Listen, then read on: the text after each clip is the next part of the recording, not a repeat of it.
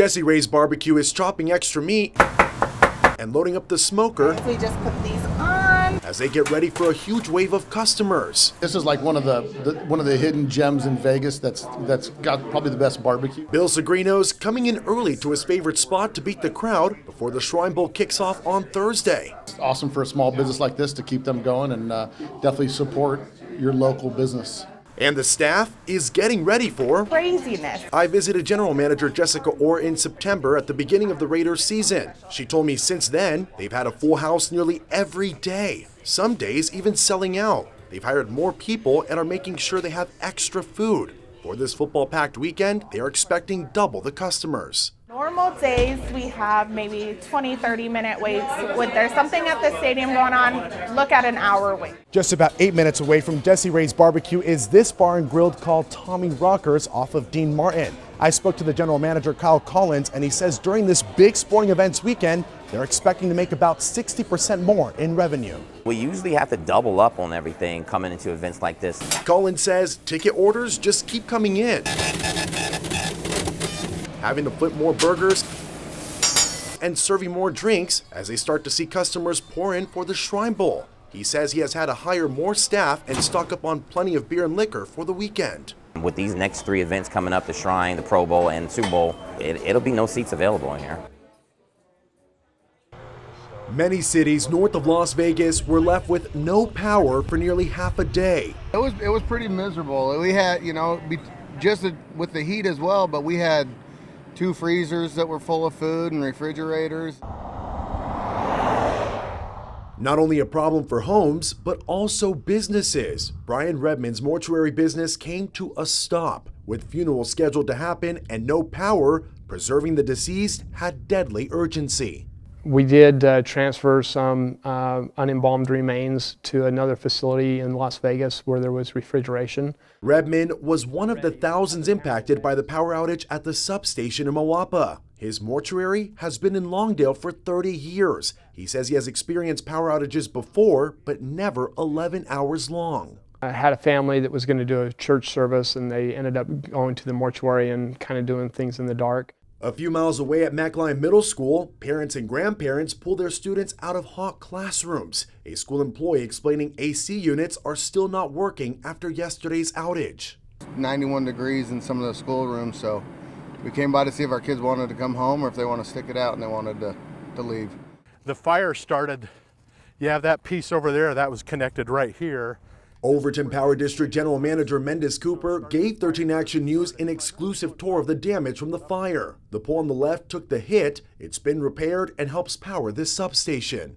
In order for these crews to restore that power, they had to cut off this pole. And how this all came about is that a lightning bolt struck the left arm that's right over my head. That left arm then fell down, hitting the insulator and sparking a fire, leading to the power outage of more than 20,000 individuals in this rural area. An arrestor to bleed off some of the, over voltage from lightning strikes. It was burned up. These are the remains from the fire. Flames so hot it burned through steel and wire. It's not rare, not at all.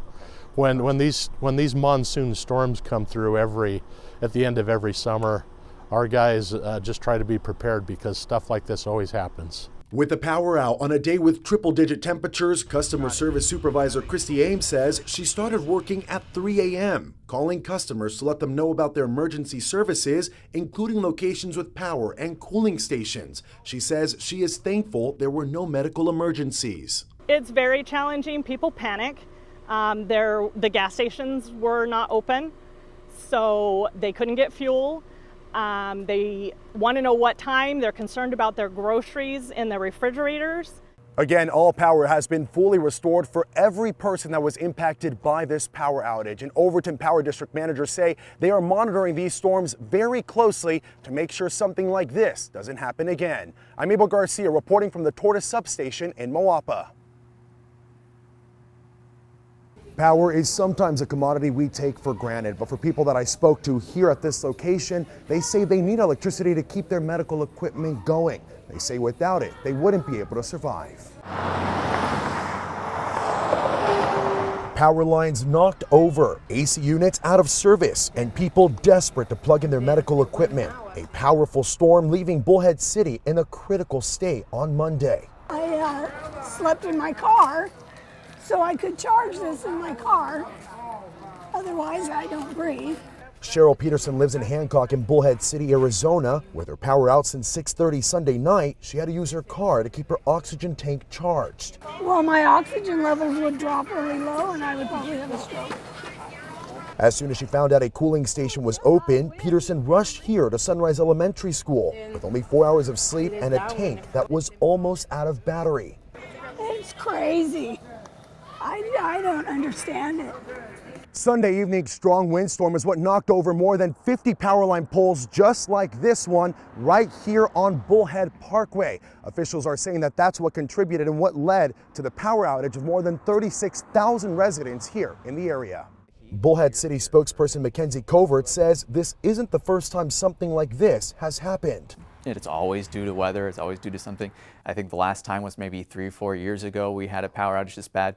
It's not our first rodeo. We know how to handle this situation and we're handling it. I don't understand it.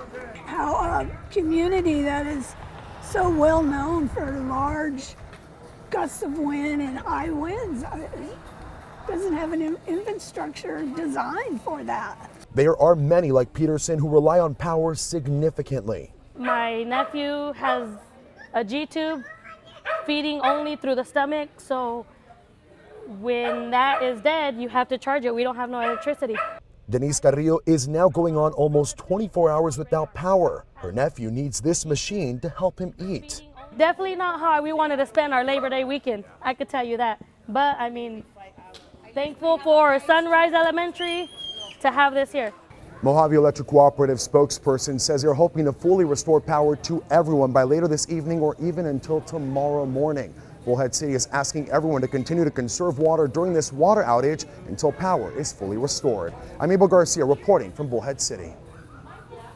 Been coming here for 50 years. They come back every year and they love it. Step inside Batista's Hole in the Wall. It's a Las Vegas staple that's been serving classic Italian dishes to customers for more than 50 years. We've been here a long time and we've got a lot of good old Vegas values. It's where owner Randy Markin loves to be, but lately he says things just haven't been the same. Every single night we'd have phone calls from guests. Between 100 and 200 reservations call up and say, I'm really sorry, I can't get there. No cab will take us there, and no car service will take us there. Randy is one of at least 7 business owners who have been impacted by what was supposed to be a temporary bridge at the intersection of Flamingo and Cobalt.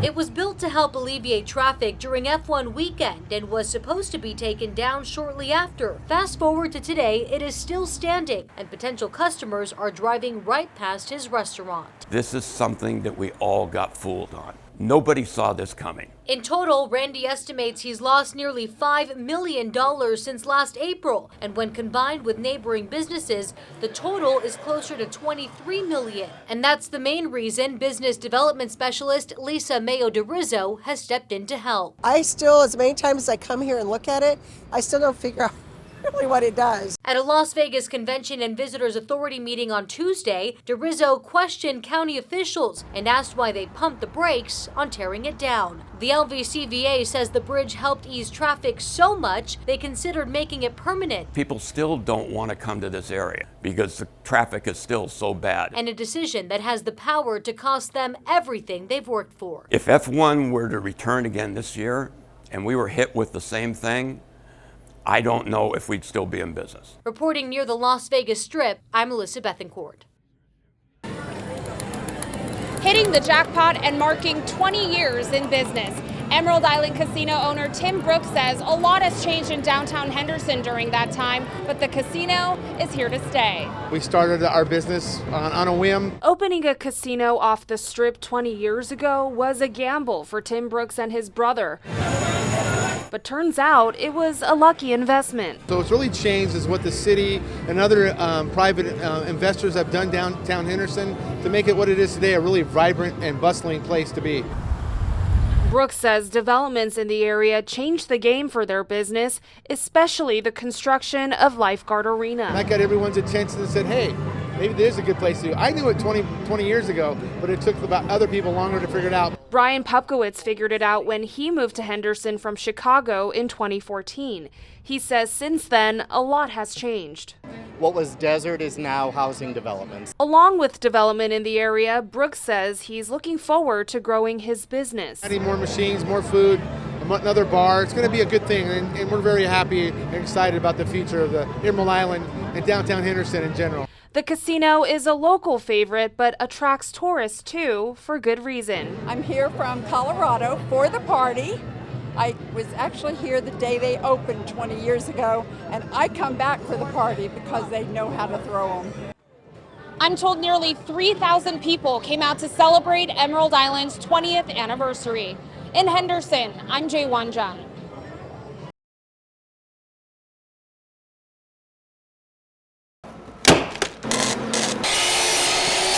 We have been working around the clock. We're averaging about 12, 13 hours a day.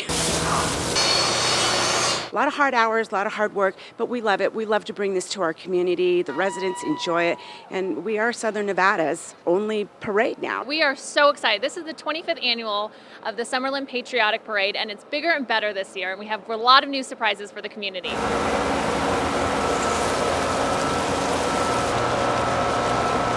This float behind me is new. It's the Mary Poppins float. We also have Vegas Golden Knights fan favorite coming back. We'll have an Aladdin float this year. The Fourth Awakens comes back. So if you had some favorites, they'll be back, and we'll also have some new ones. We're expecting over 40,000 people to show up this year, and we really love that all the community comes out and supports this event. Come early, grab your seat on the route, and enjoy the day.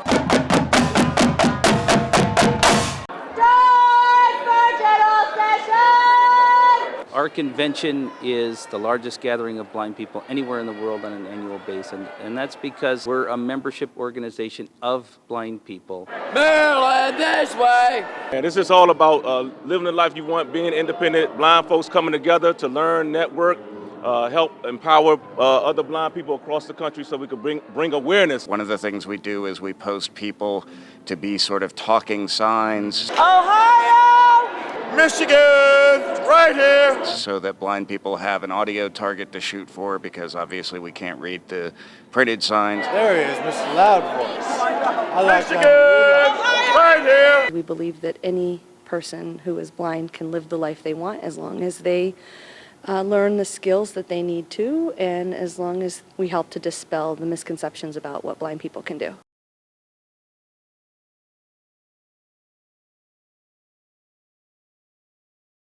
He thought this was okay. This is not okay. Adrian Pitts is upset about the condition of his Henderson home near Eastlake Mead and Burkholder. He showed me a long list of problems from the roof to the plumbing. What makes it really scary for us is the electric system. All these wires, when they tore out this wall, is all exposed. This disabled veteran and 1 October survivor says he hired Adam Construction back in 2021.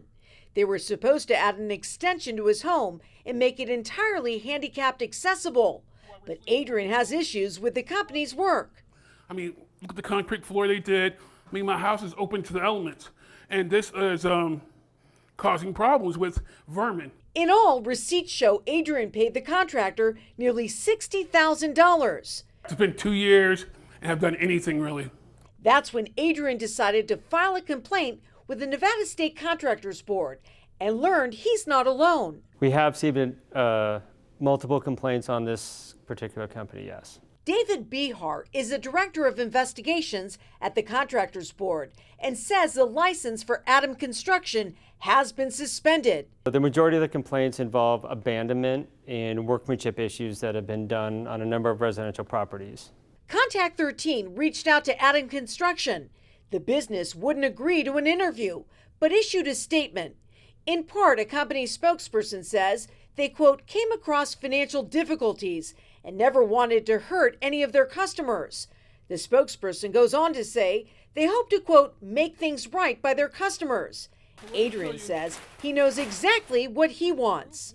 You know what? Just give me back like $60,000.